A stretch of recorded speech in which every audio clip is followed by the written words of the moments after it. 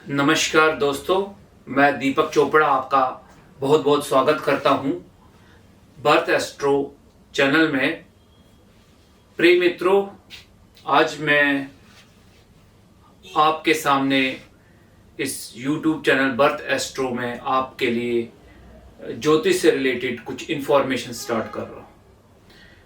ये इन्फॉर्मेशन ज्योतिष कैसे सीखना है, इसमें कैसे आप कैलकुलेशन करके लोगों की कुंडलियां देख सकते हैं, और पहले तो आपको बेसिक सीखना पड़ेगा, क्योंकि बिना बेसिक के आप ऊपर नहीं जा सकते।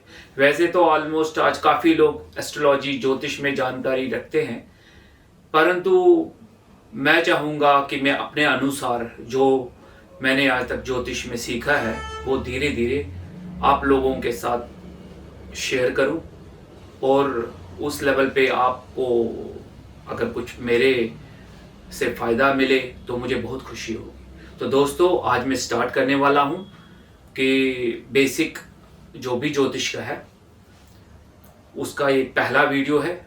आप देखें, आपको अच्छा लगे आप लाइक कर लीजिए, इसको अपने दोस्तों में शेयर कीजिए, और आप चाहें तो इस चैनल को सब्सक्राइब भी कर सकते हैं। तो दोस्तों, चलिए देखते हैं कि मैं क्या सिखाने वाला हूं, और धीरे धीरे इस चैनल में कैसा ग्रोथ होता है, कैसी वीडियोस आती हैं, वो धीरे धीरे पता चलेगा। तो दोस्तों, मैं शुरू करता हूं। सबसे पहले ये कुंडली का स्ट्रक्चर होता है। इस स्ट्रक्चर में पूरे 12 भाव होते हैं। स्टार्ट इस भाव से होता है, उसके बाद यहां, फिर यहां, फिर यहां, फिर यहां, फिर यहां, फिर यहां, ऐसे करके 12वां भाव है। तो मित्रों, ये पहला घर होता है। इसको हम तनुभाव भी बोलते हैं, लग्न भी बोलते हैं। यहां पे कोई भी राशि आ सकती है, 1 से लेकर 12वीं तक। हो सकता है यहां पे 3 आए या 4 आए या 8 आए, कुछ भी आ सकता है। तो मान लीजिए यहां पे पहला नंबर आया। पहला नंबर का मतलब होता है मेष राशि। तो आप व्यक्ति को यह बता सकते हैं कि आपकी जो लगन राशि है वो मेष है। उसके बाद ये तो 12 राशि आ गई, वो राशि तो आप सबको मालूम ही होगा, परंतु फिर भी मैं आपसे यहां पे डिस्कस करूंगा कि वो कौन कौन सी राशियां होती हैं। पहली राशि, दूसरी राशि, तीसरी राशि, चौथी राशि, 5वीं राशि, 6ठी राशि, ये 7वीं राशि, 8वीं राशि, 9वीं राशि, 10वीं राशि, 11वीं राशि, और ये 12वीं राशि। अब ये राशियों के नाम कौन से हैं? पहली राशि मेष आती है, दूसरी राशि वृष आती है, तीसरी राशि मिथुन आती है, चौथी राशि कर्क आती है, 5वीं राशि सिंह आती है, 6ठी राशि कन्या आती है, 7वीं राशि तुला आती है, 8वीं राशि वृश्चिक आती है,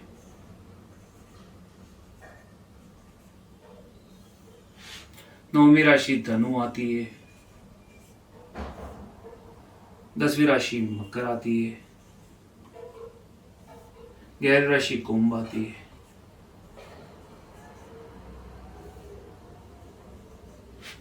और 12वीं राशि मीन आती है। अब इन राशियों के स्वामी भी होते हैं। वैदिक एस्ट्रोलॉजी में 9 ग्रहों को माना गया है। असल में तो 7 ही ग्रह हैं, पर राहु केतु जो है वो छाया ग्रह है। इसलिए वो जो छाया ग्रह हैं वो आपको इन राशियों के स्वामी नहीं नजर आएंगे। आपको सिर्फ 7 ग्रह इन राशियों के स्वामी नजर आएंगे। तो मैं मेष का स्वामी जो है मंगल है,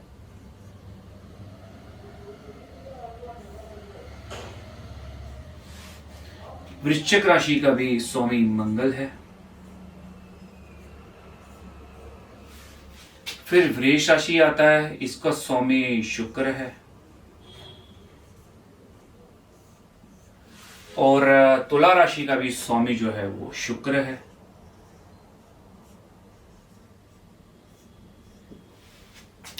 फिर मिथुन राशि आता है, इसका जो स्वामी है वो बुध है।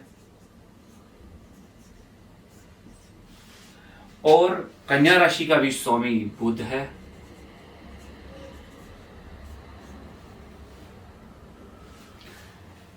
फिर कर्क आता है और सिंह, इसको इन दोनों को मैं छोड़ देता हूं अभी, पहले धनु पे आता हूं। धनु का जो स्वामी है वो गुरु है, गुरु यानी गुरु बृहस्पति। तो यहां भी मीन राशि का जो स्वामी गुरु आता है। और ये मकर का स्वामी है, ये शनि आता है। और यहां कुंभ राशि का जो स्वामी है वो भी शनि आता है। फिर ये दो कर्क और सिंह जो राशियां हैं, इनमें कर्क राशि का जो स्वामी है वो चंद्र है। और सिंह राशि का जो स्वामी है वो सूर्य है। जो ये दो ग्रह हैं, सूर्य और चंद्र, इनका बहुत ज्यादा इंपॉर्टेंस है। ये बहुत जल्दी ही हमारी कुंडली में प्रेजेंट करते हैं चीजों को, ठीक है। खास तौर पे ये चंद्रमा, इसका बहुत ज्यादा इंपॉर्टेंस है। ऐसे तो सभी ग्रहों का इंपॉर्टेंस है, इनकी डिग्रीज का, ये किस नक्षत्र में बैठते हैं, ये किस राशि में बैठते हैं, ये किस भाव को देखते हैं, ये वक्री हैं या अस्त हैं, ये जो भी हैं वो सारे हम धीरे धीरे डिस्कस करेंगे। अब मैंने आपको पहले कहा ये पहला साइन जो है ये मेष है। यहां पे फिर आपने लिखना दूसरा साइन, ये तीसरा, ये चौथा राशि, ये पांचवी राशि, ये छठी राशि, ये सातवीं राशि, ये आठवीं राशि, ये नौवीं राशि, ये 10वीं राशि, ये 11वीं राशि, और ये रख लो आप 12वीं राशि। अब इनका क्या इंपॉर्टेंस है, ये कैसे यहां पे हम फॉलो करेंगे, और आपको बता दूं अभी आगे चलकर, क्योंकि अभी तो शुरुआत मैंने ज्योतिष की है कि मैं कैसे पढ़ा सकूं आप लोगों को, तो पहले कंसेप्ट के लिए तो मैं अभी आपको सिखा रहा हूं, बट हाँ पहले पंचांग का परिचय होना बहुत जरूरी है। अगर आपको पंचांग का परिचय ही नहीं मिलेगा तो आप ज्योतिष कैसे करेंगे। तो मैं तो अभी स्टार्ट तो यहीं से किया, बट हाँ पीछे मैं पहले पंचांग में ले जाऊंगा आपको, पर वहां पे जाने से पहले मैं आज आपको थोड़ा बहुत ही समझाऊंगा, जो भी मेरे पास थोड़ा बहुत समय मिला है पढ़ाने का। देखिए नक्षत्र भी बहुत इंपॉर्टेंट रखते हैं। नक्षत्र बहुत इंपॉर्टेंस रखते हैं, इनकी बहुत इंपॉर्टेंस होती है।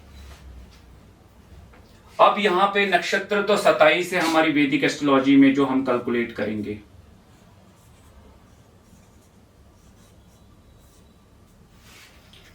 उसमें अश्विनी नक्षत्र से हम स्टार्ट करते हैं और इनके चरण होते हैं। हर एक नक्षत्र का 1 से लेकर 4 चरण होते हैं हर एक नक्षत्र का। और जैसे हम कोई भी राशि निकालते हैं, मान लो हमने जैसे ये वृष निकाल दिया, अब हमें कैसे पता है इसका नक्षत्र कौन सा होगा। तो हमें पता होना चाहिए कि जो ये वृष राशि इन्हीं नक्षत्रों से बना है, 3 नक्षत्रों से, या हम इसको पादा भी बोलते हैं या चरण भी बोलते हैं।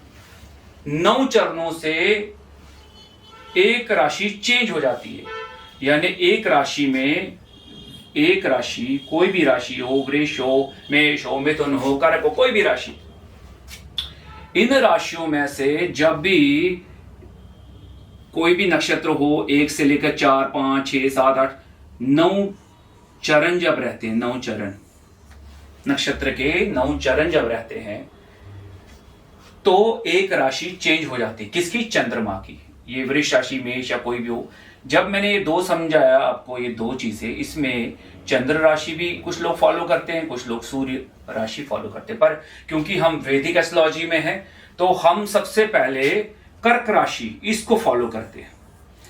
जहां भी चंद्रमा बैठता है और वो किसी भी राशि में बैठता है तो वो राशि आपकी जन्म राशि होती है। ठीक है दोस्तों, अब मैंने आपको बताया कि नक्षत्रों की बहुत इंपॉर्टेंस है। अब आप लोगों को बोलते हो जी आप गंडमूल में पैदा हुए हो या किसी और चीज में पैदा हुए हो, तो आपको कैसे पता चलेगा व्यक्ति गंडमूल में पैदा हुआ या किस में पैदा हुआ? तो वो भी हम नक्षत्रों से ही पता लगा सकते हैं। इसमें एक तो बुध का नक्षत्र और एक छाया ग्रह केतु का नक्षत्र, इनके तीन तीन नक्षत्र हैं। एक तो रेवती, अश्लेषा, अश्विनी, मघा, मूला, ज्येष्ठा, ये 6 गंडमूल नक्षत्र हैं। इनमें से 3 नक्षत्र बुध के हैं और 3 नक्षत्र केतु के हैं। पर दोस्तों ये तो अभी नहीं सिखा सकता क्योंकि बीच में मैं घुसेड़ दूंगा कुछ और तो आपको समझ नहीं आएगा, क्योंकि मैंने अभी आपको नक्षत्र सिखाने हैं, ग्रह जो होते हैं, ग्रहों की दृष्टि क्या है, ग्रह क्या है, कितने ग्रह होते हैं। मैंने आपको पहले ही कहा था कि 7 ग्रह होते हैं, पर राहु केतु जो है वो छाया ग्रह है और वो हमेशा वक्री होते हैं, रेट्रोग्रेड। तो वो तो कभी भी आप कुंडली में देखोगे वक्री ही दिखाई देंगे, पर वो कंसेप्ट बाद में हम क्लियर करेंगे कि कैसे पोजीशन होगी, कैसे नहीं होगी पोजीशन। तो प्रिय मित्रों, आपको ये जो भाव मैंने दिखाया 1 2 3 4 5 है, ये सब का इंपॉर्टेंस होता है। अब जो मान लो मैं एग्जांपल दे रहा हूं, क्योंकि ये तो मैं आधे एग्जांपल आगे आपको बताऊंगा कि हम कैसे देख सकते हैं। जैसे ये जो होता है, ये घर, ये वाला घर, ये पार्टनरशिप का होता है, पति पत्नी का घर होता है। ठीक है, ये जो भी घर है, ये भी कंसेप्ट में जो है ये आपको बाद में समझाऊंगा कि 7वां घर कौन सा होता है, ये घर कौन सा होता है, ये धर्म स्थान होता है, ये पंचम बच्चों का स्थान होता है, विद्या का स्थान होता है, कुटुंब का स्थान होता है, वाणी का भाव होता है। ये सब मैं आपको धीरे धीरे समझाऊंगा, एकदम तो समझा नहीं सकता। प्रिय मित्रों, जैसे आप कोई व्यक्ति बोलता है जी मांगलिक हो, जी आप मांगलिक हो, आपको पितृ दोष है, आपको ये सब है, वो भी हम देख सकते हैं। इतना टफ नहीं है ज्योतिष, पर धीरे धीरे जब हम सीखेंगे तो कंसेप्ट आपको क्लियर हो जाएगा। तो मंगल जब यहां पे बैठता है, मंगल जब यहां पे बैठता है, मंगल जब यहां पे बैठता है, मंगल जब यहां पे बैठता है, मंगल जब यहां पे बैठता है तो व्यक्ति मांगलिक होता है। ठीक है दोस्तों, परंतु कुछ लोगों का मत है कि यहां पे भी मंगल मांगलिक होता है, पर वैदिक एस्ट्रोलॉजी में ज्यादा यहां नहीं माना जाता। इसलिए आप 1 घर, 4 घर, 7 घर, 8 घर और 12वें घर में जब भी मंगल हो तो मांगलिक होगा। पर मित्रों ऐसा नहीं है कि ये मांगलिक है तो यहां पे लगन में मांगलिक है, व्यक्ति मांगलिक नहीं तो नहीं मतलब शादी हो सकती।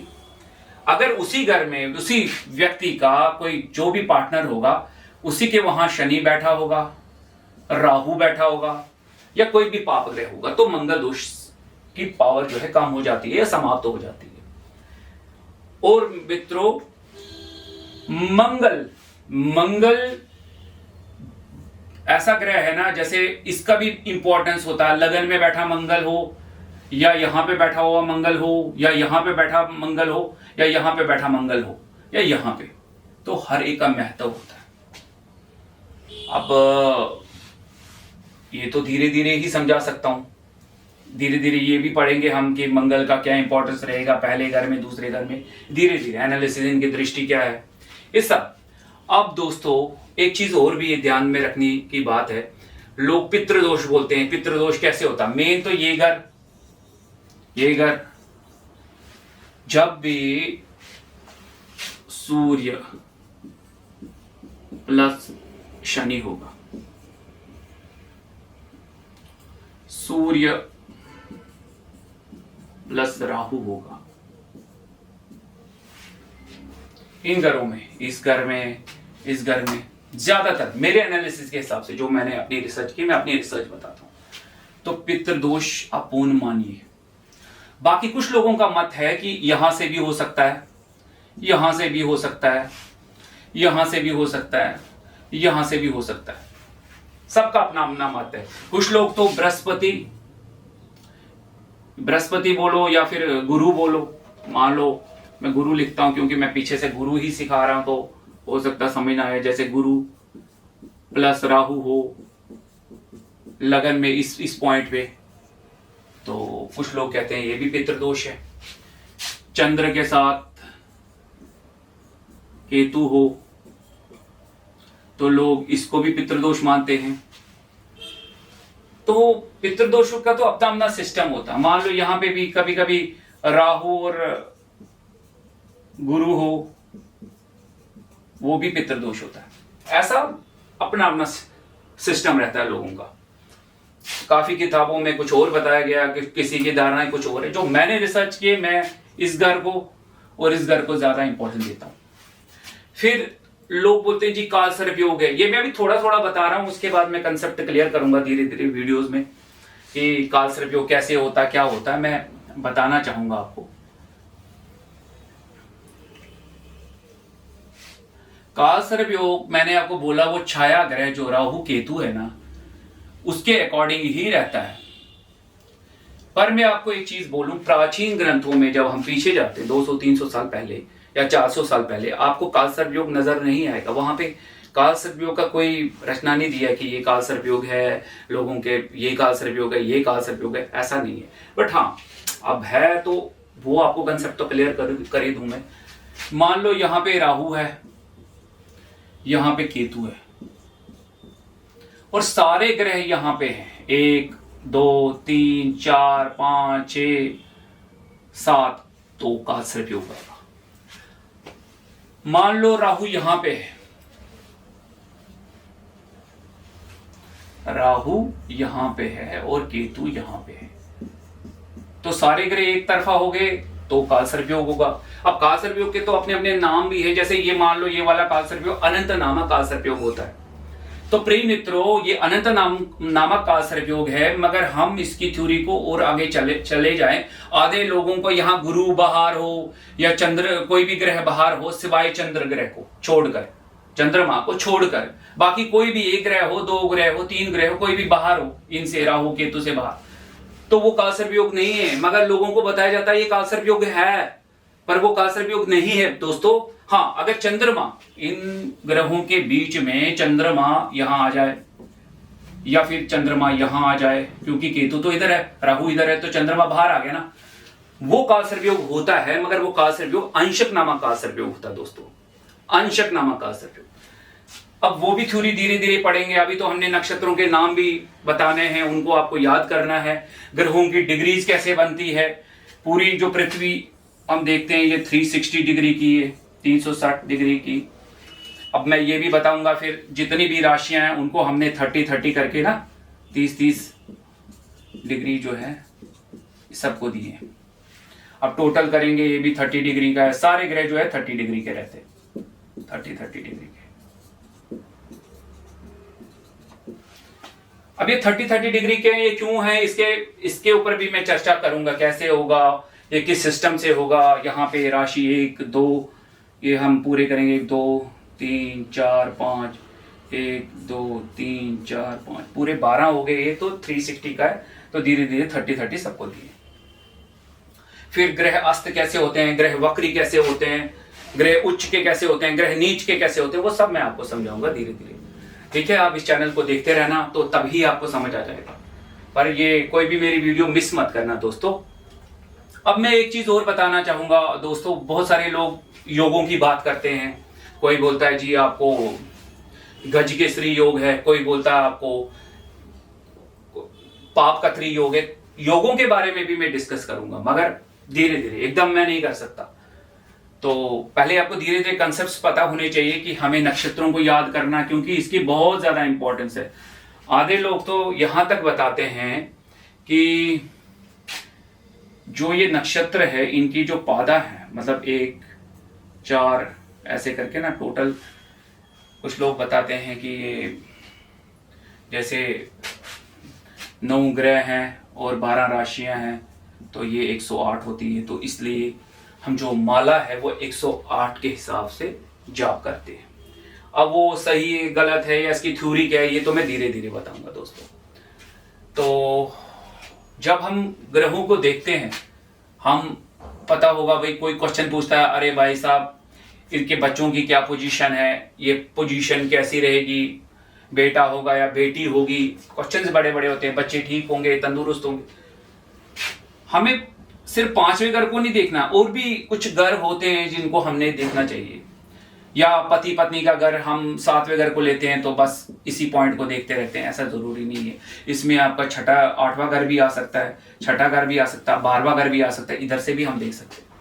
ठीक है, कुछ लोग तो बोलते हैं हाँ जी सूर्य बैठा, तो ऐसे व्यक्ति तो बहुत खराब ही होंगे, इनकी शादी हमेशा डिस्टर्ब होगी। मगर ऐसा नहीं है। मैंने बहुत सारी कुंडलियों में देखा हुआ है कि दिक्कतें होती हैं। अगर सूर्य बैठा हो तो दिक्कत होगी या नहीं होगी? नहीं होती। पत्नियां बिल्कुल आराम से अपने हस्बैंड की रिस्पेक्ट कर रहे होते हैं और उनकी मैरिड लाइफ बहुत अच्छी होती है। मैंने देखा यहाँ पे मेष लगन होता है या यहाँ पे मेष लगन का सूर्य होता है, तब भी मैंने बेनिफिट देखा। मगर उनकी सबकी अलग अलग थ्योरीज है, क्योंकि ये कोर्स, ये वीडियो एक वीडियो पे समाप्त होकर ये वीडियो नहीं है। आपको वीडियोस देखते रहनी पड़ेगी, बहुत सारी वीडियोस देखनी पड़ेंगी, तभी जाकर आपको समझ आ जाएगा कि ज्योतिष मैंने रिसर्च की है, मैं आप लोगों को बताना चाहूंगा उस रिसर्च की। चाहे वो आप मेरे को क्रिटिसिज्म करो या नहीं करो, पर मैं अपने अनुसार ही बताऊंगा। क्योंकि मेरी एक ही महत्वाकांक्षा कि मैंने जो भी सीखा या मैं सीख रहा हूं, क्योंकि मैं आज भी अपने आप को विद्यार्थी समझता हूं और मुझे सीखने की बहुत ज्यादा रहती है क्यूरियोसिटी। तो मेरे दोस्तों, मैं आपको जो मेरी रिसर्च है मैं बताऊंगा, और मैं चाहूंगा सिर्फ बेसिक कोर्स सीखने से आप ज्योतिष नहीं कर पाएंगे। मैं आपको एनालिसिस करके दिखाऊंगा कि हम कुंडलियों को कैसे एनालिसिस करें, ताकि अगर कुछ लोग इसको प्रोफेशन बनाना चाहते हैं ज्योतिष को, तो वो बना सकते हैं। इसीलिए मेरा एक ही मत था कि मैं वीडियो के माध्यम से, एक यूट्यूब चैनल के माध्यम से या फेसबुक के माध्यम से या किसी भी सोशल मीडिया के माध्यम से आप तक अपनी वीडियो पहुंचा सकूं और आप लोग ज्योतिष सीख सकें मित्रों। तो मित्रों, समय भी ज्यादा हो चुका है, तो आज के लिए मैं आप लोगों से आज्ञा चाहता हूं मित्रों। तो अगर आपको वीडियो अच्छी लगी तो आप वीडियो को लाइक करें, शेयर करें, सब्सक्राइब करें, फॉलो करें चैनल को, जैसा आपको लग रहा है। नहीं भी करना चाहेंगे, मुझे कोई परेशानी नहीं है मित्रों। ये जो मैं सिखा रहा हूं, ये इसलिए नहीं सिखा रहा हूं कि मुझे वाहवाही चाहिए।